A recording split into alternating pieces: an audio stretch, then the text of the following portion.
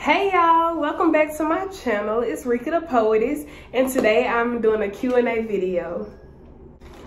Now today I have 3 categories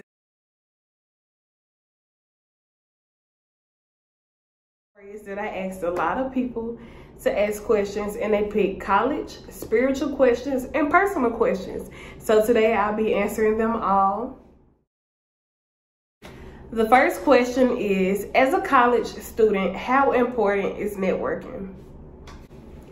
In my opinion, networking is really important, because just like high school, college is not forever.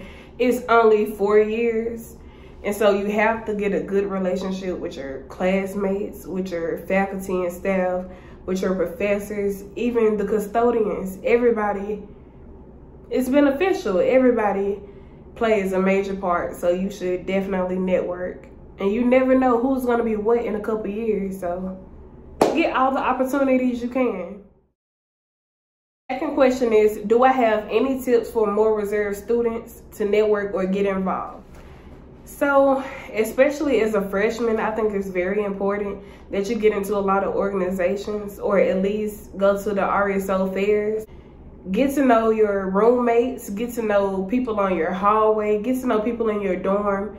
Speak to people, go to the CAV, the activities that could be around campus. Well, I know right now it's COVID, but in the usual and regular semester, there are a lot of activities.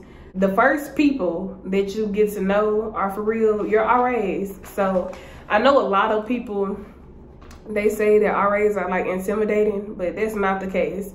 I've been an RA for 3 years, and trust me, it's our job to serve you. Get to know us so we can get to know you, and we'll give you the best advice. Since our generation is so technically savvy, look up your hashtags, look up your school hashtags, follow people from your school, follow people on YouTube. You know, it's so many different ways. Or like me, I walk around campus and just start smiling, and people compliment them. Oh, I like your outfit. Oh, I like your shoes. You know what I'm saying? Where you from? So get to know people, get to know people. So the next question is, what was the barracks like? So for those of you who do not know, I was an RA and a student of the living learning community called the Barracks. It was for the creatives, which is an organization that I'm in. They're my teammates. I'll do another video about that.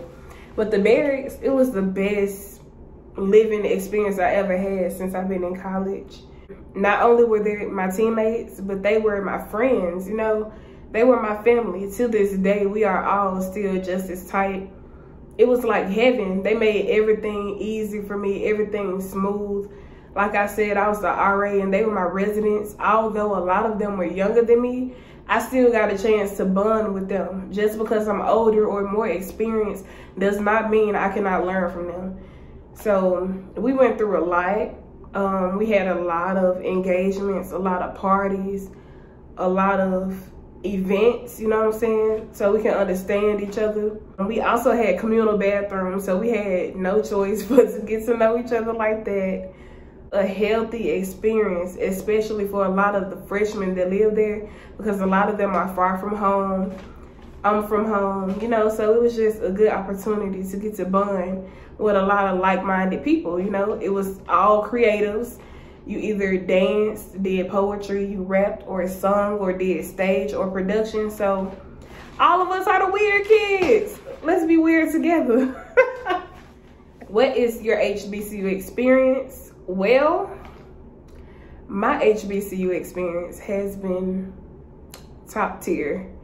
Top tier. I don't know what I would have done if I did not come to Philander Smith College. Of course, they stress me out, but so does every institution. Every HBCU has its growing pains, but I am the woman I am today because of my HBCU. From the networking, from the professors that actually care, from the coaches I have, from the housing staff, from the students, just everything. Like, it's nothing like being with your people. and everybody understands you for real. Like, you could literally get in the group chat and be like, hey, does anybody have a toothbrush? Anybody got toothpaste? And they giving you a whole pack of toothbrushes. They taking you to the store. Like, this is what community is for real. I mean, I'm sure a lot of HBCUs are like that, or even PWIs with, what is it called? BCUs. But it's nothing like a HBCU. I'm telling you, get the experience at least once. Nothing could ever amount to homecoming and Spring Fest. You can't pay me. You can't pay me to believe that there's anything like a HBCU homecoming, and I refuse. Put it in front of me. Give me what you got. I hate it for you because nothing comes to it. Nothing comes remotely close, and it's just on period. So those were all of the college questions. Hopefully I definitely get more if I ever do part 2. Moving on to the spirituality questions. So Kiki came in swinging with this question. She said, do I think it gets easier or harder to believe in God? Oh, I'm sorry, to trust God. So this question could go many ways.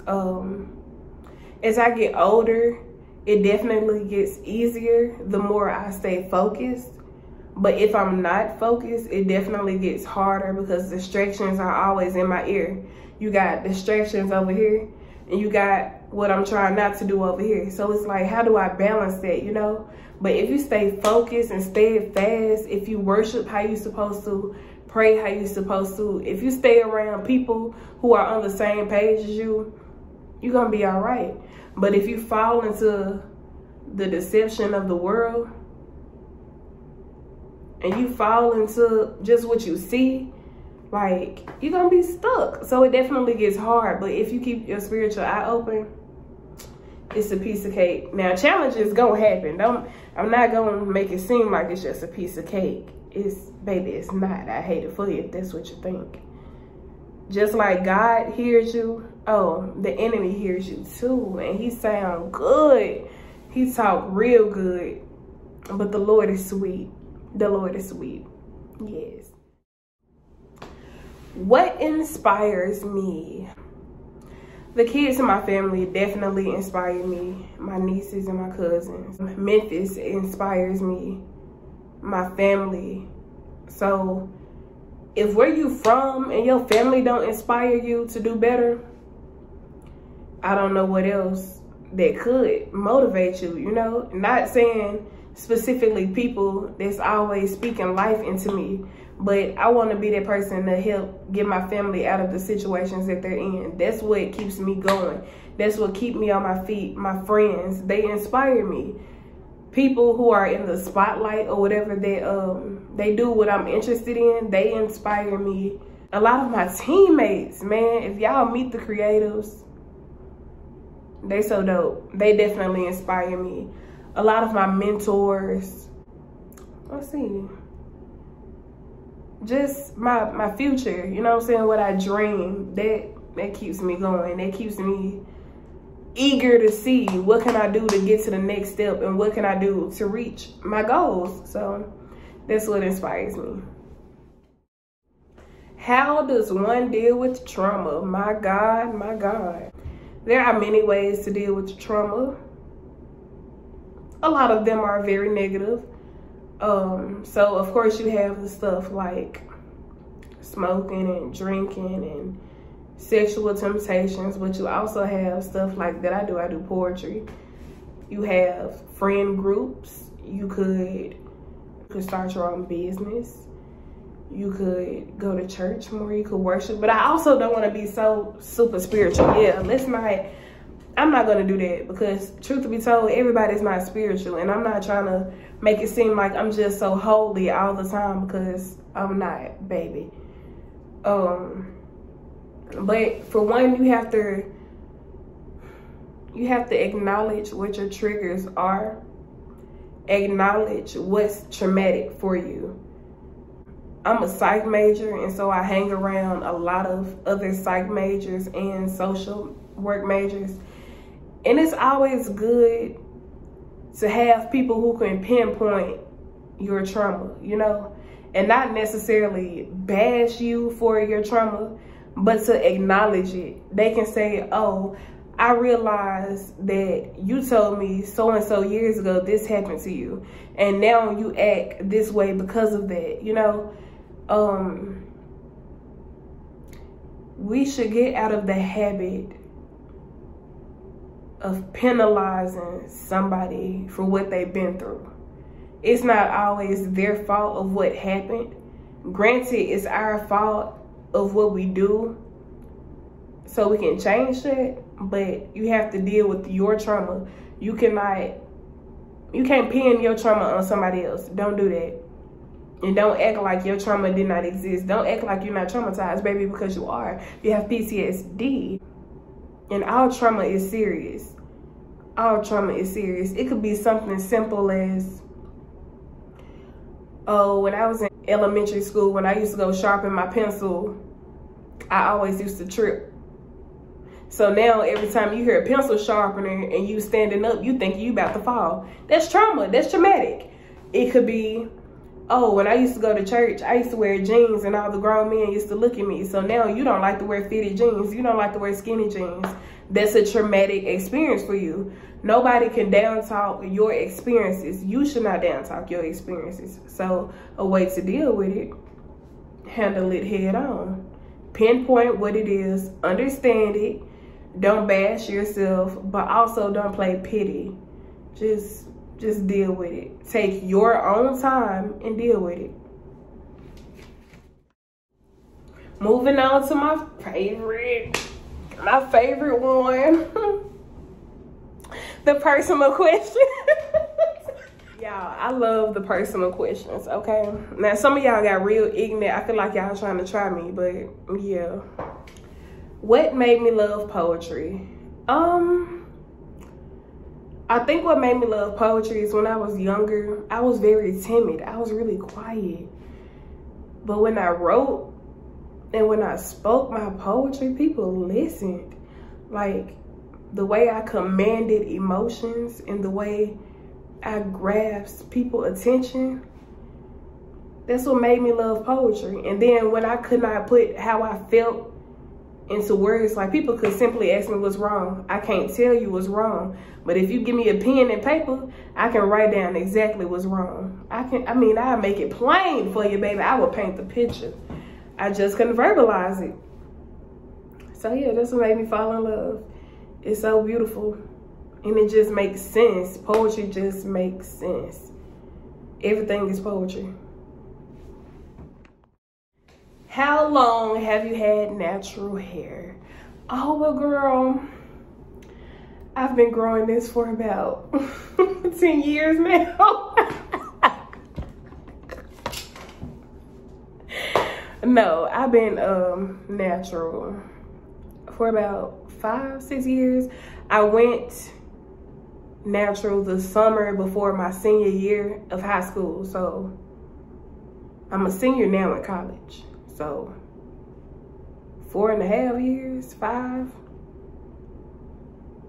Pray for me. What made you start a YouTube channel? When I started a YouTube channel is, everybody that know me know I be having my phone. Well, not now, but I used to have my phone a lot, like growing up. And I have so many snaps. And when I started YouTubing, y'all, I had an iPhone 6s Minus. And so I was running out of storage, and I was like, ain't no way in the world that I'm finna keep living like this. I'm too favored for this. So I was like, I'm gonna just start documenting everything, and I'm gonna just post it. So in the future, when I wanna look back at my memories, I can look back.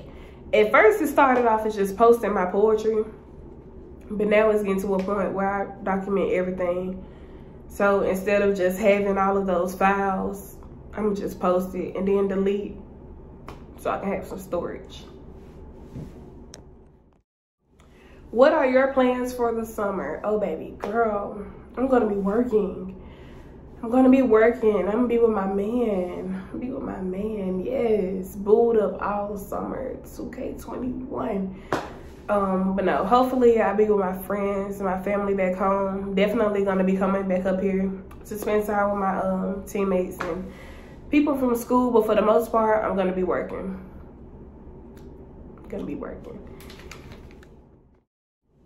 Something I enjoy that most people would never know about me is I love doing hair. I love doing hair. Really, quiet as it's kept, I love sewing, y'all. I love knitting. I'm an old woman at heart. I'm trying to tell you. I mean, it's bad. I'm a fool with a needle and thread, though. I promise. I make all the wigs that I wear. I've been making my friends' wigs. It's just, I love it. I love it. It's so therapeutic. It's so therapeutic. I love doing makeup. I love decorating, too. Yeah.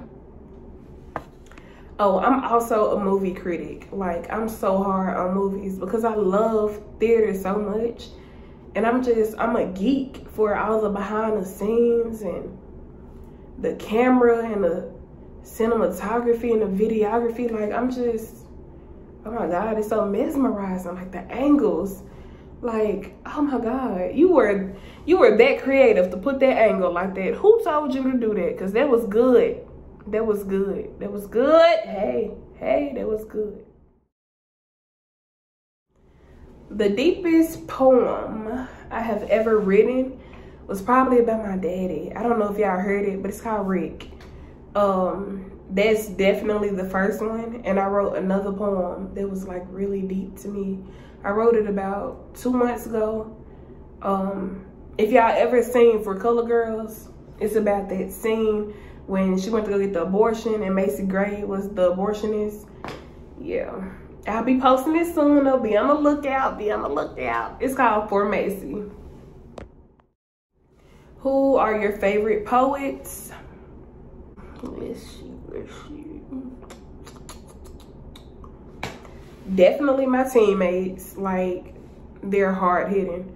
The Stravers Row, like Alicia Harris, Jasmine Mans, Carvin's Lassant, Rudy Francisco, Jackie Hill, Preston Perry, Ezekiel Ozonwu, Genetics. Like, yeah, I have so many favorite poets. They're just so dope. Oh my God. Carla Carter, Andrew Anthony, Elijah Black, Jerry Rexdale, like Kalia Pruitt, King, like just songs of the week that I would pick. Definitely Chance the Rapper's Finish Line, J. Cole, Love Yours, Anything Tank and the Bangers,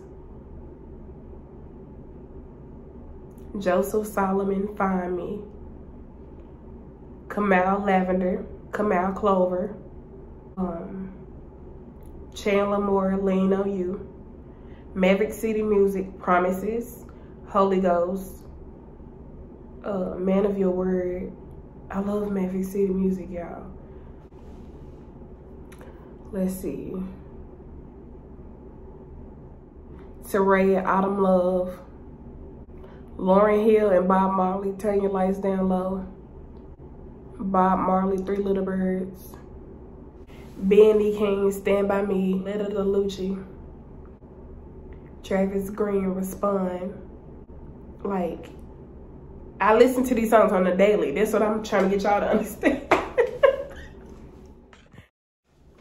And I don't mean to seem super oily, but definitely one of my favorite quotes is Psalms 23:6. I don't want to misquote it, but it's like, you prepare a table for me in front of my enemies. You put oil on my head. What is it? You anoint my head with oil.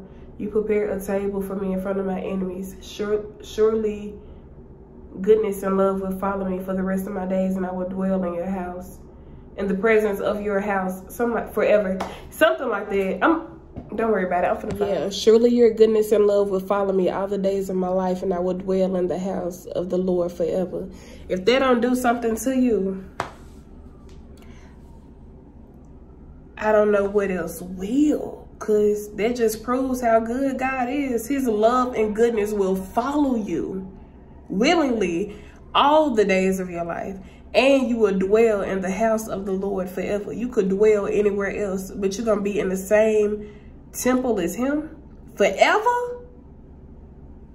Even when your enemies do you wrong, you still gonna get blessed. You still gonna have his love, and it's gonna follow you. That means no matter how far you go, it's gonna be right there behind you. Lauryn Hill or Erykah Badu? Hold on.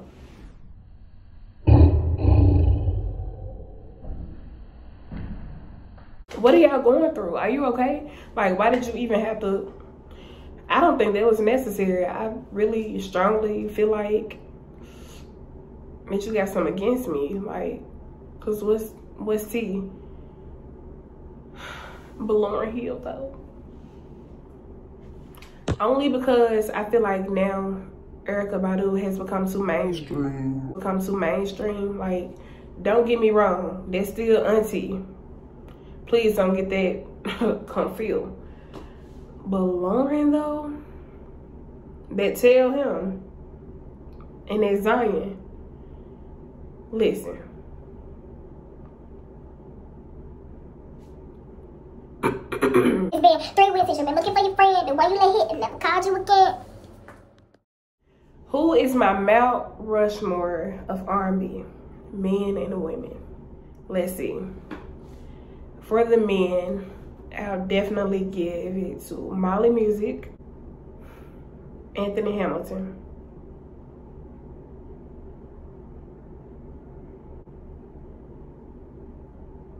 This is so hard, and I don't want nobody to judge me, but I know this is my stuff, so I'm really not tripping. I want to say Chris Blue, but he's not quite a king yet. He's not like Mount Rushmore, you know what I'm saying? Say all those mainstream people.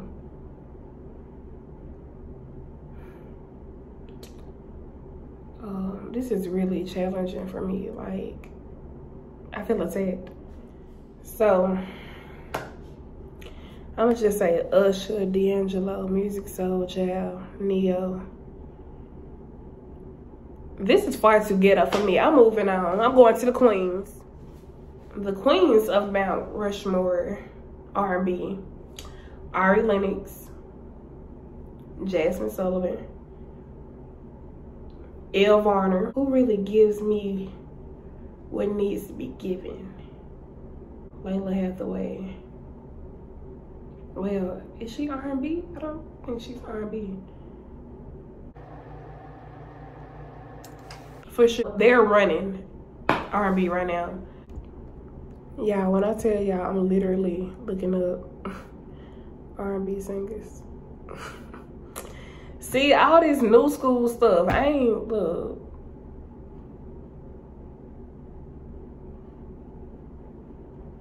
Yeah, let's see. Who do I be listening to? Let's see, yeah, let me just go in my search bar.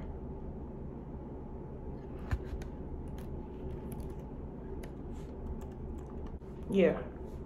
I give this one to Erykah Badu. I give it to her.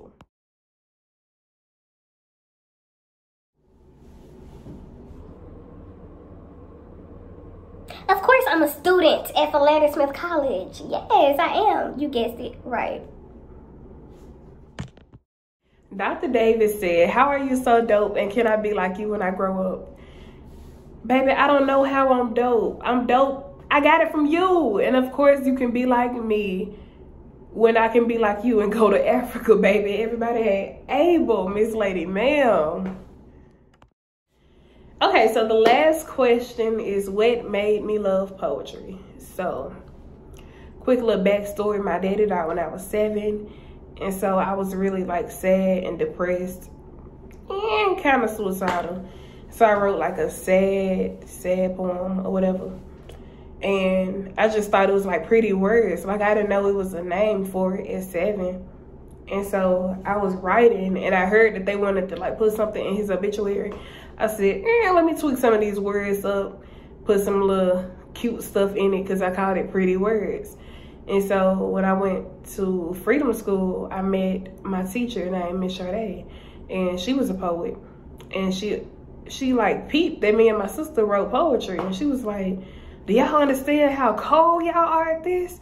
Like, she literally, instead of recess, she was having us write poetry. Like, she was having full out workshops with us at 9, 10, and 11 years old. And so once I knew how to like creatively put it together and figurative, and once I got decent at it, I was like, okay.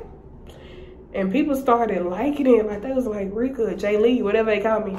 It's like, I really fool with your poetry. I was like, wow. So the more I loved it, people started to love it. And the more I got like good feedback from it, the more I fell in love with it. And it saved me. When I feel like I didn't have God, I had poetry. And now I got both of them things. But no, so yeah, that's my love for poetry. I hope y'all enjoyed this video. It might be a part 2, I'm not sure. Thank y'all for watching.